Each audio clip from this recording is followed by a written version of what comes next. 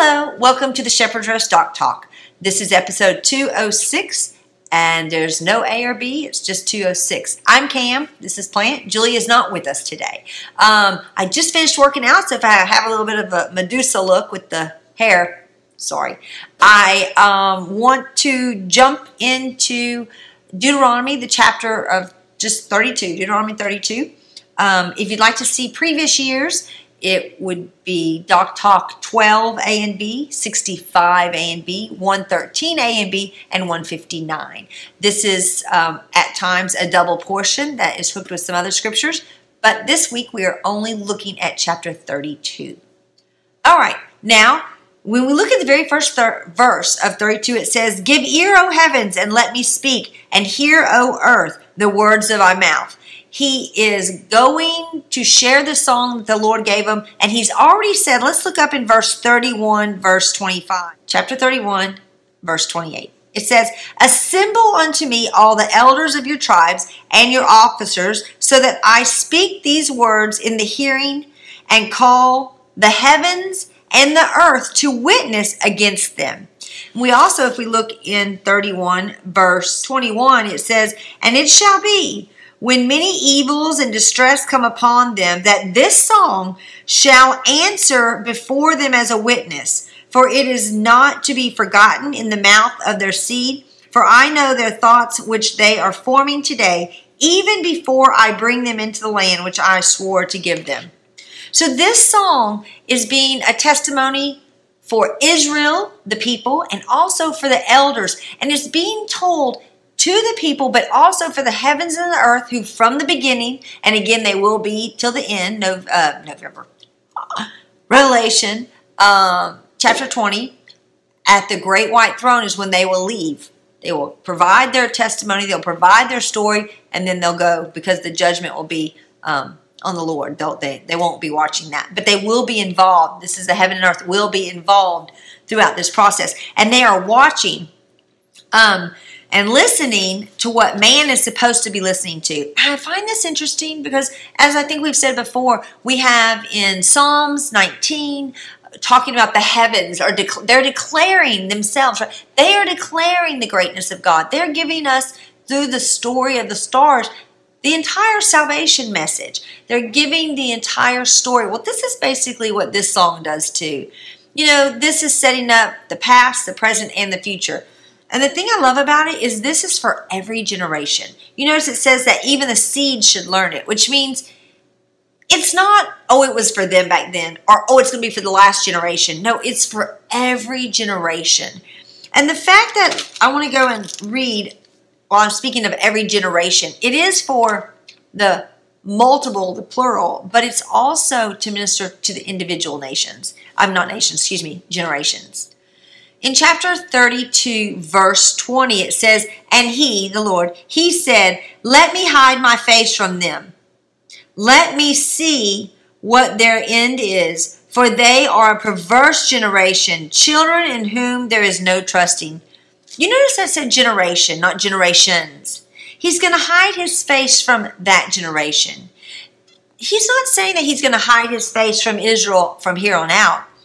It literally is a give and take, because this is a covenant. You guys said yes, so how are you going to respond in the covenant will determine how the Lord responds. Again, because he's a gentleman, not because he's a rebellious God, or because he's having a tantrum. I don't like the way you did that. That's not it at all.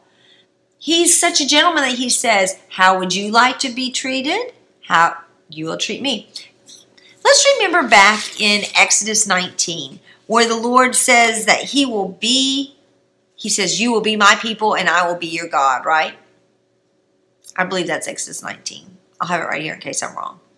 Anyway, he does say, that's a part of that whole wedding. You're going to be my people and I'm going to be your God, right? It may also say that in Exodus 6. I don't know. I'll find it. Anyway. But, so that's the deal. It's a give and take. It's a, you do this and I do this. I do this and you do this, okay? And the fact that it says generations, again, that's singular. That's what's happening for that group. And if you think about during Messiah's time, I'm starting to realize, my gosh, he was really pointing them back, because everyone's supposed to know the song. He's pointing them back to that when he says, you guys, this generation is a perverse and crooked generation. He says that they're like the vipers, right? A breed of vipers. I think that's what he says. Well, we also see that here in this week's Torah portion, in this song, there's reference to the snake, to the asp, to the poison that's in their lips. Let's see. It says in verse 31, it says, "For their rock is not like our rock." And this is talking about the enemy, those who are not walking with the Lord, those nations who are not in covenant. Their rock is not like our rock. It says, "For our enemies are judged. Their vine is the vine of Sodom and their field of Gomorrah. Their grapes are the grapes of gall. Their clusters are bitter. Their wine is the poison of serpents and their fierce venom of asp." As this song is talking about the ones who are not of him, it again makes me think of the words that Messiah said. Remember when Messiah talked to some of I think it was the Pharisees, and he says, "You're not children of Abraham." And they're like, "Yeah, we are," basically. He's like, "No, your father is the father of lies. They are of the enemy. They're of the serpent," right? Again, it's the same wording that should have told them where they were in history if they were being able to take what was being said and line it up with the song that they were supposed to know that was showing the patterns of each of the generations. Some generations will be in that rebellion, but some will be walking. Look at Josiah. Josiah in the Bible, when their fathers had not walked by Torah. They didn't know it. But when they found the book, they repented and they came back. There's the one coming back, and they're eating the fat and they're being blessed and they're in relationship. There's that cycle. Okay, the last cycle is going to come around to be the ones that repent, right? So I just wanted to show you how some of the language that Messiah uses could be seen as being taken from this song, as giving them a warning of what side they really were on, right? Who they were really following, and the ramifications for them to see the end, to have wisdom. And that's what this song says also. It says of those nations that are, so let's say the people who are not in covenant with the Lord, that they would have understanding, that they would be wise to be able to see what was happening so that they could come and join with Israel to worship. And we see that in verse 43 where it says, "O nations, acclaim his people." So basically, "O nations, recognize it, come in with them and worship," right? Zechariah, we see that those who go against the Lord, they will be destroyed. But those who are, I don't want to say indifferent, but they're not in covenant with the Lord, but they also didn't come out after him, will be ushered into the millennial kingdom, and they'll be able to learn who the Lord the Father is, and then be able to make those decisions as to who they want to walk with. This song definitely shows us his people, the nations, and then the end. And in that, it's literally a cycle. His people, this is who he created. This is how he loves us. This is how he misbehaved. This is how he picked us out to be special and to give us these great things. And then this is how we rebelled. This was his response. In that response, he used the nations. Then the nations, after they were used to bring discipline to his people, then they were disciplined because they hate him. They're his enemies. And I really do like the fact that, we talk so much about what the Lord's going to do for his people. We're being judged and disciplined, and then we will be redeemed. And we have been redeemed through Messiah, but in the end time, the land and his people will again be brought back to the nations. We're like, wow, right? But he is going to destroy his enemy. We know this from Armageddon. We know this from Revelation 20, where the Father sends down the fire and consumes them. I mean, he does deal with his enemies. He deals with them directly and swiftly. He is long-suffering. Let's remember that. So maybe sometimes what we want to see as swift is like, take him out now. In his perfect timing, he's going to do that, right? I really love the way the Lord measure for measure. We see that in this week's Torah portion. And I think that we as Gentiles who come in are definitely spoken of in here. And I'm going to show you where. It's in 32 verse 21. It starts, it says, "They," that would be Israel, "made me jealous by what is not El." What is not God? They provoked me with their worthless matters. But I made them jealous by those who are not a people. I provoked them with a foolish, not understanding nation. Okay. Hello, that's us. I mean, that right there is, well, in a way, modern day Christianity. And I'm not speaking against Christianity. I'm just saying, look, it's right there. Here's what it is. Because Israel, who has the Torah, who has this song, okay, they are still rebelling with false gods. Actually, they're taking the gods of the nations, right? And then the living God goes to the people of the nations whose gods Israel's taking, and calls them, and some of them respond. And he takes from all those nations the individuals, not the nations, but the individuals from the nations who make no people, because we are a conglomerate of all different backgrounds. He takes those people and he makes them his own. Okay, that's us. That's the nations who have come in. You know, that's us who say, I believe that Jesus is the Son of God. I believe that Yeshua was sent by his Father. I believe I have redemption through him. So now I can come into the Father and join into Israel, his people, and be one. Okay, do you see that? Where they're taking the nations' gods, the Lord's taking those nations' people. And each of them are, well, the worthlessness of their gods, the Lord takes what should be worthless of the people and makes them worth. Okay?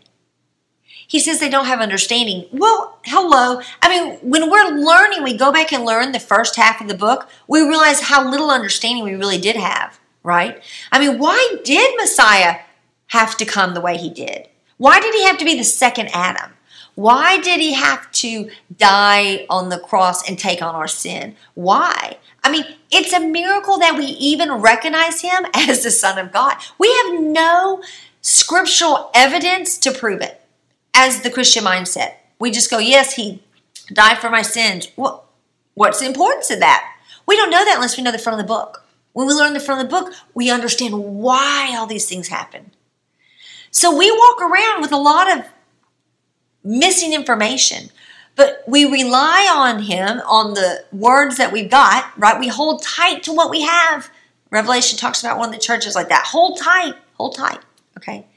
We hold tight to that while Israel comes back to understanding the Torah, which immediately draws them to see who Messiah is. They're going to be the people.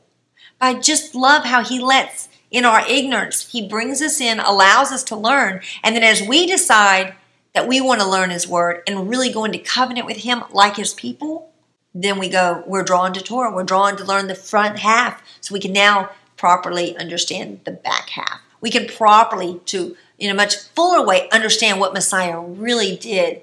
His death, while important, is not as important as his resurrection. That is what's even more important.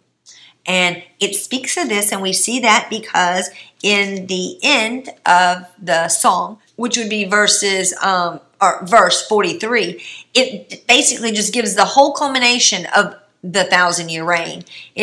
As we said, O nations, acclaim his people, for he avenges the blood of his servants and returns vengeance on his adversaries, and shall pardon his land and his people.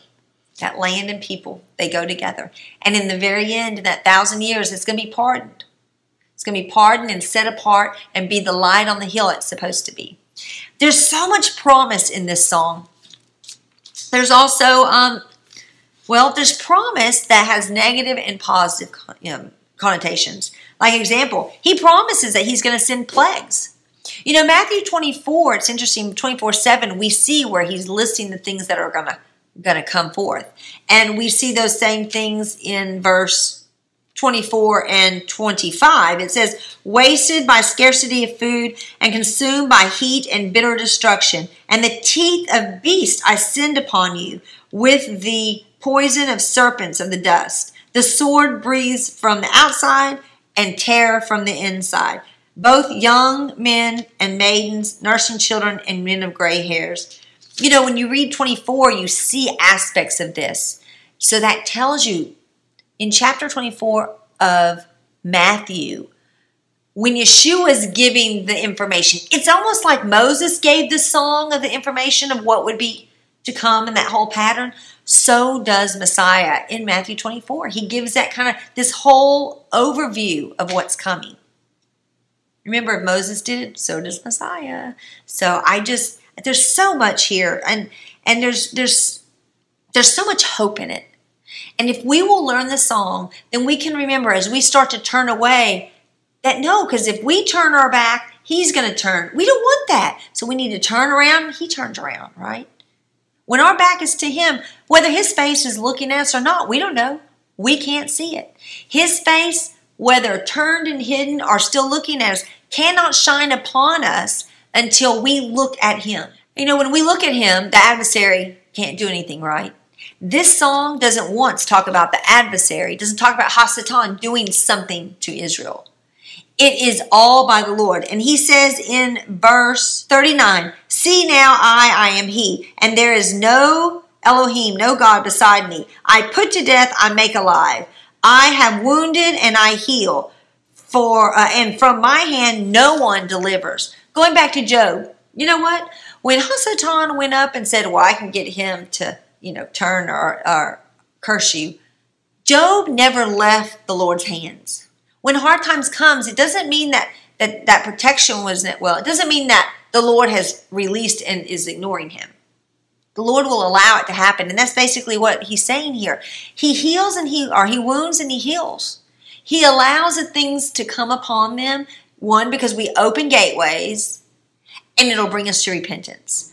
So when bad things are happening, you remember to thank the Lord. Be thankful in all things because it has an end that's going to bring them around. This song also talks about, may Israel recognize their end, which is going to be forgiveness, salvation. May the nations understand their end, which is going to be destruction. Because if they'll understand their end, the nations, then the hope is that they'll turn to the rock who's not like their rock. They'll turn to the real true rock, and that is Messiah. All right, I can keep going because there's just so much in this song. It's just so great. Okay, well, I will close on that note. Hope you guys have a fantastic weekend. It is Sukkot coming this Sunday night. If you get a chance to have a congregation or just even families and friends to be able to join in the celebration, do so. Enjoy the time with others in fellowship because one day we're going to be in his kingdom with him reigning and we'll be celebrating that coming in. Have a great day and shalom.